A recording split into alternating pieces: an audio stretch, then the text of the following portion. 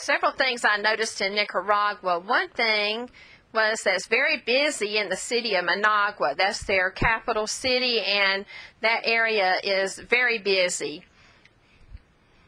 Many people there are poor. They don't have cars, so a lot of them, their transportation is on bicycles, and they are traveling around among all the cars and stuff. You have to be careful not to run over them. And the roads are very narrow. It's kind of scary sometimes because you come really, really close to the car next to you. Several times I had to close my eyes because I didn't want to see what was happening in front of us. The buses, you know, they would stop right there in the middle of the road and allow people to get on the bus while other cars are just whipping around the buses. It was crazy to see that. They didn't have a place for the bus to pull over. Interesting. The way the city worked there. But then outside the city was green. It was just gorgeous, like a rainforest, and the trees are just beautiful green everywhere. It was so nice.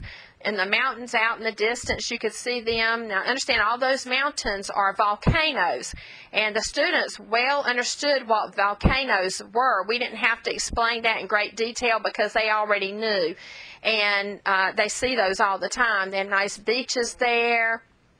They had a really big lake that has lots of islands in there, and so it's a beautiful country. I also noticed, though, that the people there are truly devout Christians. They really are devoted to Christ. They have a strong Catholic faith there that has been there for many, many years, and the people there are strong believers. I also noticed on one night, a Wednesday night, we went to Assembly of God Church, and this is a Wednesday night, and there were hardly any seats left. I mean, this auditorium sat a lot of people, and it was full. Almost no seats near the front at all. There was a few in the back, but not very many seats available anywhere. It was just amazing. Here in America on Wednesday night, you might find a few people show up on Wednesday night, but there it was full. Also, they really love God. I mean, just amazing, the Christian faith and how strong the believers are. I asked Miss Eva one time, as I was looking around, I noticed that the churches are huge, these big, huge edifices there, you know, that are churches, but the houses are so small, and some of them just one room, just tiny little small houses.